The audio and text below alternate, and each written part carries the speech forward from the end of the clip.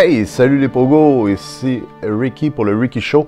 8e épisode des traites, on va faire l'analyse ensemble, on va regarder un peu qu'est-ce qui s'est passé aussi, puis on va regarder un peu aussi qu'est-ce que nous on ferait si on était à la place des traites. Ça peut toujours être plaisant, ou quand on est à la place des fidèles, ça peut toujours être plaisant. Donc, l'épisode commence avec la mise à mort. On apprend un petit peu plus, là, c'est quoi la mise à mort, les trois noms que les traites vont mettre. On va apprendre que c'est Étienne, Myriam et Chelsea qui vont être visés par les traites.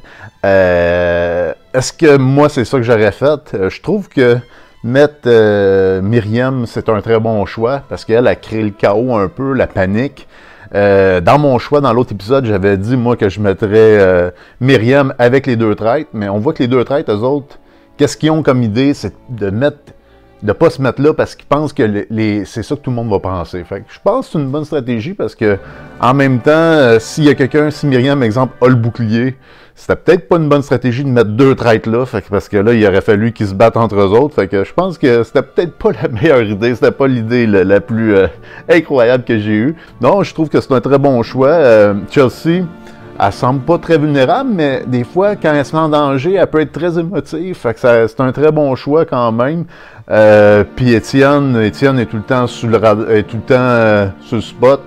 Il peut aussi se sentir en danger. Ça peut faire aussi des étincelles.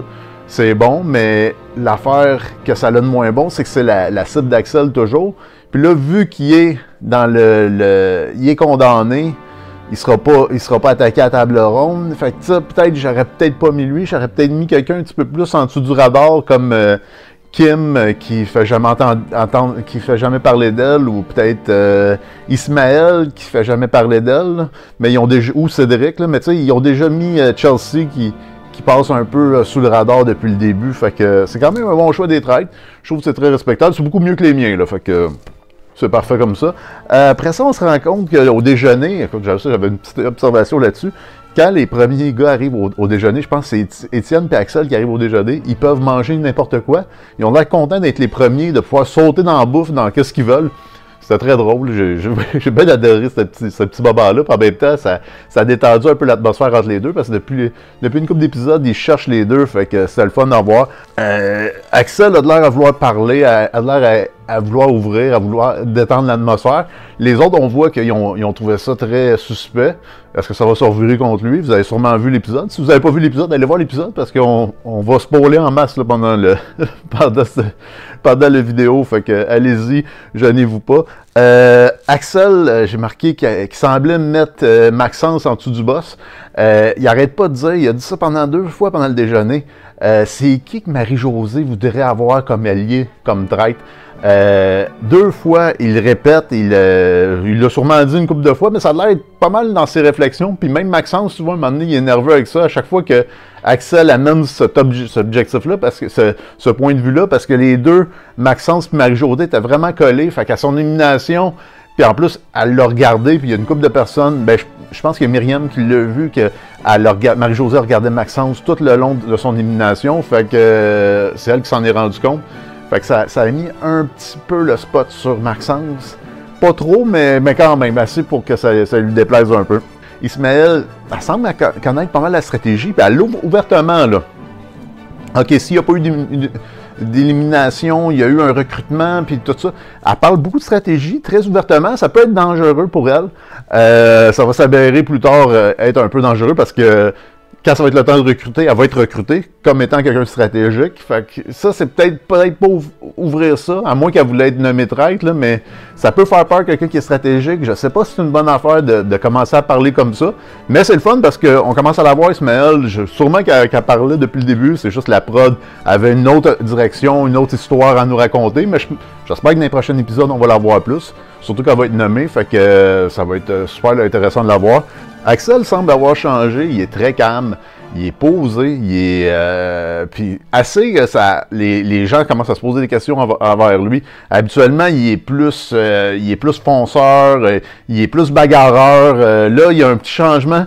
Puis ça, les petits changements, les fidèles, ils remarquent ça, fait que, parce qu'ils cherchent, là, c'est qui s'est fait recruter, c'est qui va avoir le petit changement. Fait que quand il y a une possibilité de recrutement, c'est peut-être la bonne idée de ne pas changer ton style de jeu parce que ça se peut que tu sois vu comme quelqu'un qui a été recruté. Myriam, on la voit aller parler à Kim de tout ce qu'elle dit. Fait que si Myriam, elle pense vraiment qu'elle va être éliminée plus tard. Fait que si jamais elle est éliminée, Kim, c'est tout ce que Myriam a comme soupçon. Fait que c'est très bon de sa part.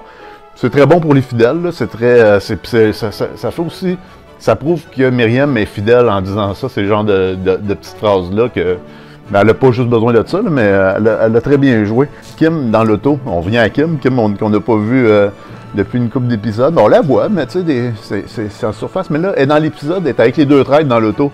Puis elle dit, elle parle du bouclier, puis de l'importance du bouclier. Puis les deux traîtres, Maxence puis Axel, qui veulent avoir le bouclier, puis elle leur explique, hey, vous n'avez pas à avoir le bouclier, là. Si vous n'êtes pas condamné, il ne faut pas aller vers le bouclier. Dans le fond, ça serait des fidèles. Sans le savoir, Kim, elle devait trouver deux comme ça, avec juste une idée comme ça dans l'auto. Je ne sais pas si plus tard, elle va y repenser. Je ne sais pas si ça va lui rallumer des cloches, mais j'ai trouvé ça quand même assez le fun que ça se passe comme ça, que c'est elle qui explique au traître que le bouclier... c'est pas important de courir après, puis écoute, sinon les traîtres voudraient peut-être courir après le bouclier pour pouvoir l'enlever aux fidèles. Écoute, c'est très bon, fait que elle aurait pu piéger deux traîtres en un seul coup comme ça. C'était vraiment très bien joué de sa part. Après ça, nous avons l'épreuve qui arrive. L'épreuve, moi j'ai trouvé vraiment que c'était la meilleure épreuve depuis le début. Myriam, elle sait qu'elle est en danger. Elle sait que c'est soit Chelsea qui part ou Étienne. Puis elle a des gros doutes sur Étienne, fait qu'elle, dans sa tête, puis elle a pas de doute sur Chelsea, mais elle, dans sa tête, puis Chelsea, elle la sent pas comme une menace, fait qu'elle, dans sa tête, c'est elle qui part. Fait qu'elle, elle a besoin du bouclier à tout prix. Ça fait en sorte que c'est bizarre, mais elle est comme un peu égoïste. Dans un jeu d'équipe comme ça, faut pas, mais elle se sent tellement en danger, elle a tellement pas confiance en Étienne, puis, tu sais, exemple, Cédric va pas aider... Elle va pas l'aider à monter le bouclier parce que lui, il veut protéger Chelsea, puis il veut qu'il reste 3 votes. C'est ça qu'elle a pas compris aussi, qu'il n'y a pas grand monde qui vont vouloir l'aider parce que si tu l'aides, elle, à avoir le bouclier, ben c'est comme si tu condamnais un peu les deux autres à être, au lieu que ça soit une chance sur 2.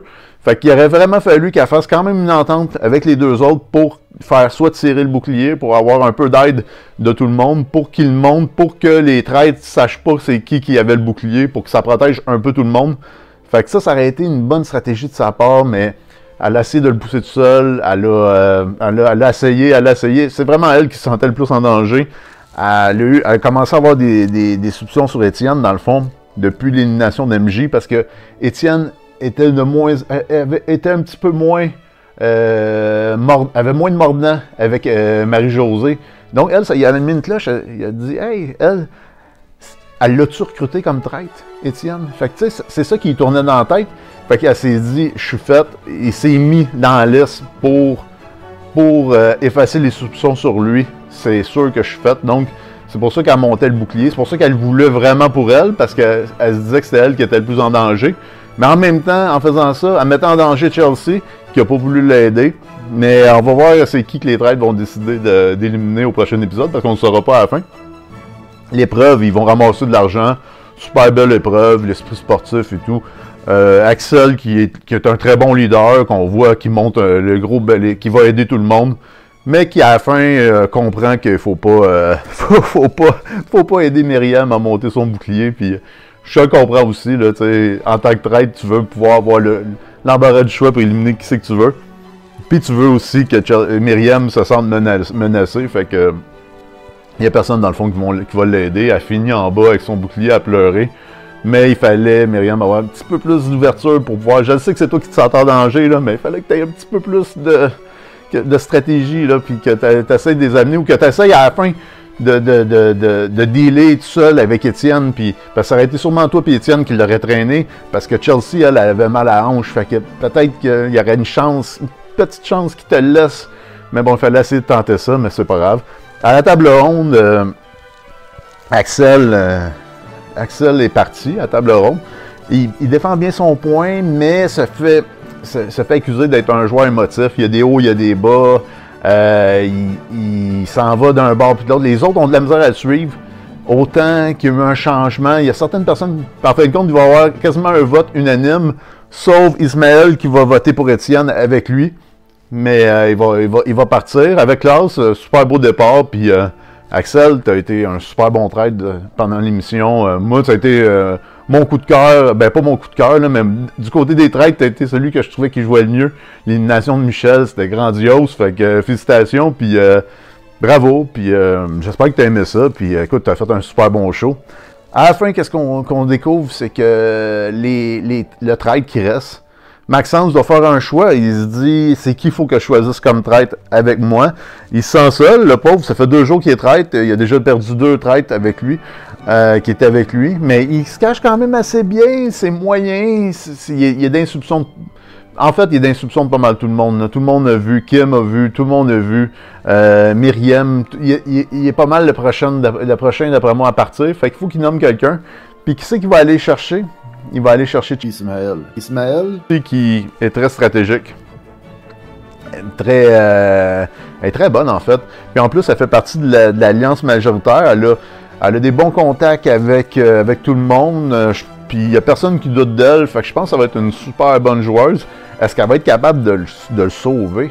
Ça, je ne sais pas. C'est qui aurait pu sauver Maxence dans la gang? Puis c'est qui vont choisir entre les 3 d'éliminer? J'aime bien gros cette mise à mort-là. Ça ralentit un peu le jeu aussi parce qu'on avait 2 éliminations par jour. Je me disais, écoute, ça va être rapide, là. Mais c'est une bonne twist qui sort. D'après moi, c'est une twist qui vient ben, pas d'après moi, je sais que ça vient de d'autres saisons des trades, que ce soit, je pense, c'est UK, en Angleterre. Mais là, ils vont choisir Ismaël. Elle pense stratégie. C'est sûr qu'elle ne voulait pas être traître. Au départ, mais ça a été dangereux de parler stratégie comme elle parlait. Elle semblait quelqu'un qui était en contrôle. Il n'y a personne qui a jamais vraiment dit son nom, qui l'a jamais vraiment soupçonné. Fait que je pense que c'est très bon. C'est ça un peu qu'Axel a tenté de faire pendant Table Ronde. Dire pourquoi il y avait des gens qui étaient intouchables, comme Kim, comme Ismaël, comme Cédric, comme Chelsea. Cédric, c'est plus Étienne qui l'attaque, mais non, j'ai trouvé ça bon de sa part avec ça. C'est une bonne défense, c'est quelque chose de quand même assez... il a tenté tout pour le tout, ça n'a pas marché pendant la table ronde. Puis là, c'est Ismaël qui se ramasse avec le dilemme suivant. Est-ce qu'elle veut partir du jeu, être tuée, ou elle veut devenir traître? Je pense qu'elle a fait le bon choix en devenant traître. De toute façon, je pense que c'est le seul choix que tu as dans ce jeu-là. Là. Tu peux pas dire, OK, bye, je m'en vais...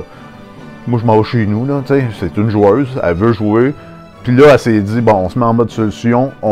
Fait que là, je sais pas c'est qui qu'elle va choisir.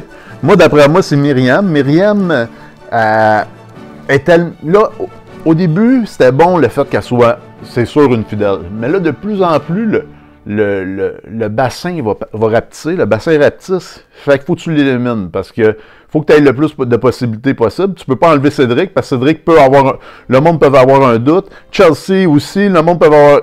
Myriam, là, il faut vraiment que ce soit elle qui parte. C'est vraiment plate. Elle avait raison de vouloir le bouclier. Même Étienne, tu peux pas le faire partir parce qu'il est encore vu pour mentir. Il est encore vu par certains. Il y a beaucoup de personnes qui ont encore des doutes sur lui. Que ce soit l'histoire MJ, que ce soit l'histoire avec Michel aussi qui voulait jouer en équipe. Il y a encore beaucoup de doutes sur lui. Fait qu'il faut que tu le gardes dans le jeu. Myriam, elle va probablement partir. Je sais pas si j'ai raison. Je sais pas si vous avez d'autres personnes que vous, si vous auriez traître entre les 3 noms que vous feriez partir. Entre, dans le fond, Chelsea, Myriam puis Étienne que vous feriez partir. Juste écrire en commentaire. Je vais répondre à vos questions si vous avez des questions. Faites attention à vous. Abonnez-vous. Passez une bonne journée. Puis ciao, bye!